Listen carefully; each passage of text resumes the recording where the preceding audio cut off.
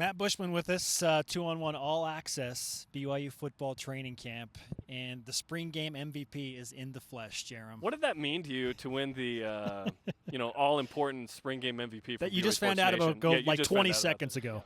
I mean, I was grateful for it. I was kind of surprised, but it was just fun to go out there and actually get to play, get to go full speed, and I mean, Tanner and the quarterbacks threw great balls, and we were able to just have a good time out there.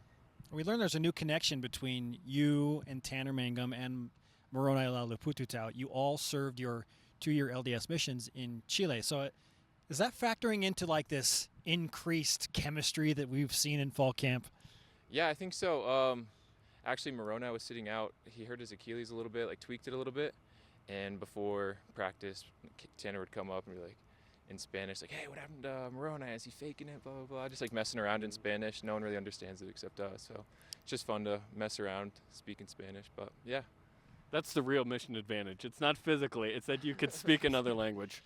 BYU's been excited for you for a while. Now you're here. Now you're in fall camp. What's it like to have your freshman year? You played spring ball, but we're just weeks away from the season. What's that like for you? I'm really excited. It's been a couple of years since I've played actual football, so I'm super excited for the season and to get out there and just play. Our team looks great, offense and defense, so we're just trying to get everything prepared for the season and get ready for Portland State. How are you handling the increased attention? Because through 1 week, it's like, oh man, everyone wants to talk about the BYU tight ends and the stretching the field because it's been absent for a long time. So what's that like for you to handle that attention?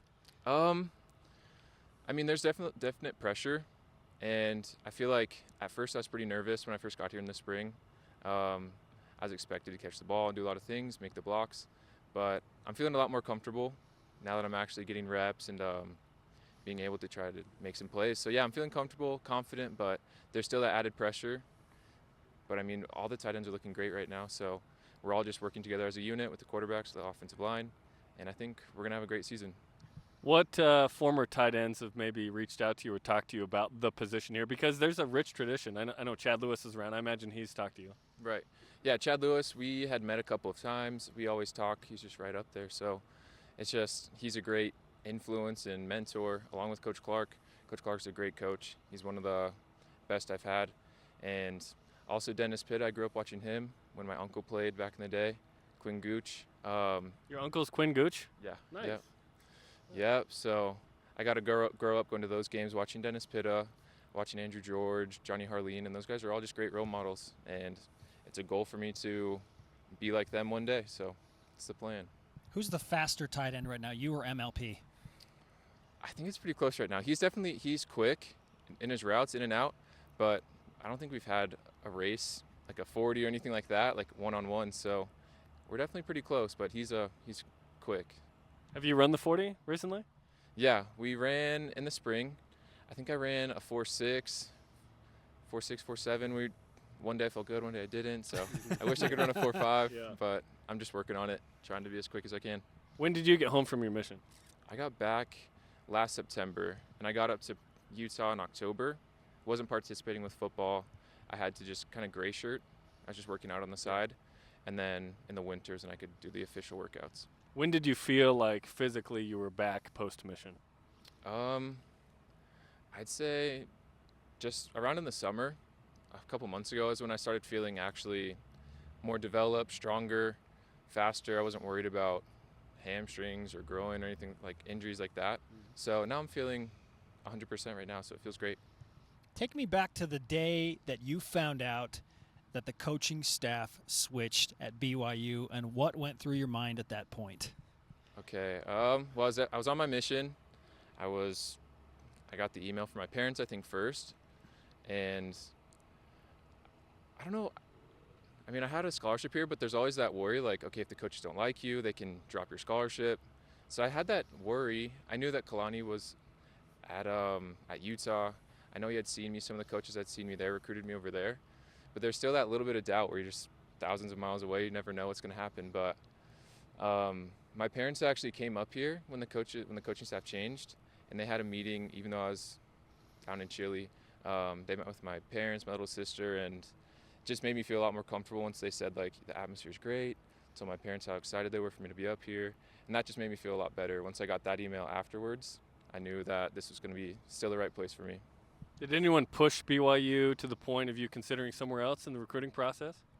When I was on the mission, Or just in the recruiting process, who came after you hard that you maybe considered besides BYU? I mean, I always wanted to go to BYU. I wanted to keep my options open, so the Utah coaches were really nice to me. Never really wanted to go there, but they were nice to me, so I kept them just in the hindsight.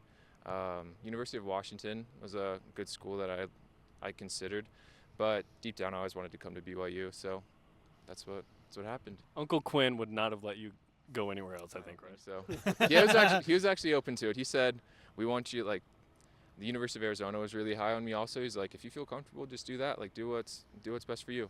So I think he wanted me to come to BYU, and now that the coaching staff is really focusing on tight ends, I think he's excited for me and wants to see me succeed. Your timing's good. It's this unique time where the offensive changed, the tight end wants to be featured. So have you noticed, like, oh yeah, they're like throwing the ball a lot to the tight end in fall camp? Yeah, it was really weird. Just I was planning on being a slot receiver kind of at first when Coach and I was here because we didn't really have a tight end.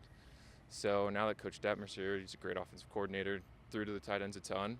The tight ends are coming back, so I think it's all just worked out for me.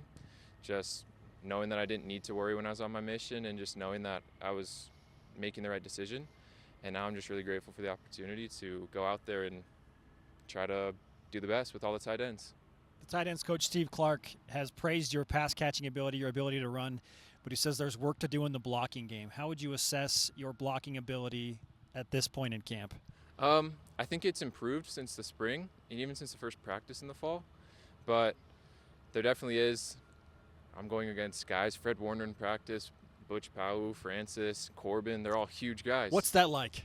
It's pretty tough. They're physical men, and I know that it's a struggle for me, but I'm just working on technique, trying to get the right position on them, and if I do that, I can hold them back.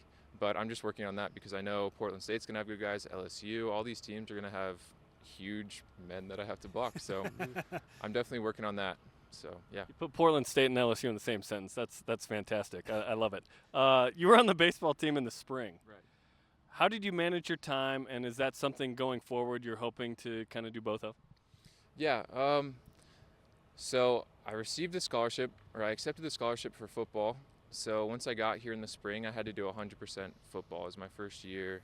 I couldn't focus on 100% baseball, even though it was the season. So it was tough. I'd go from a football workout or football practice to class, then to baseball, and then the baseball workout. I do more specified stuff with the strength coaches. So it was definitely tough. I was really tired all the time, but they're great outfielders right now. Brock Hale, Kyle Dean, Keaton Kringlin, they're studs. So I was a backup, and this year, right now I'm focusing on football for the fall, and I'm still planning on playing baseball.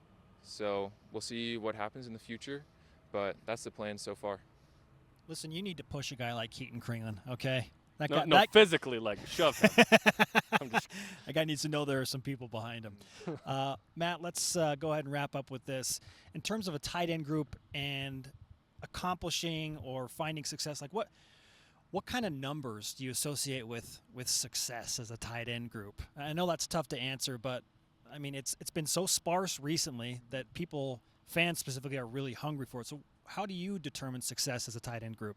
Well, I was talking with Chad Lewis, and he was talking with me personally about if I can try to have a goal of 5 catches a game, then that can really put, for myself, it would help me out and make me a better player, and we'd get the ball a lot. And that's only 5 catches out of, almost 100 plays a game, including Tanner Baldry, Hunter Marshall, Moroni. If we can get a few catches a game, and then just sling it out to Micah Simon, Talon Shumway, I think we'll really mix it up. I'm not really focusing on getting the ball a certain amount of times or a certain amount of catches this year. Since it's my freshman year, I don't really know what's in store for me.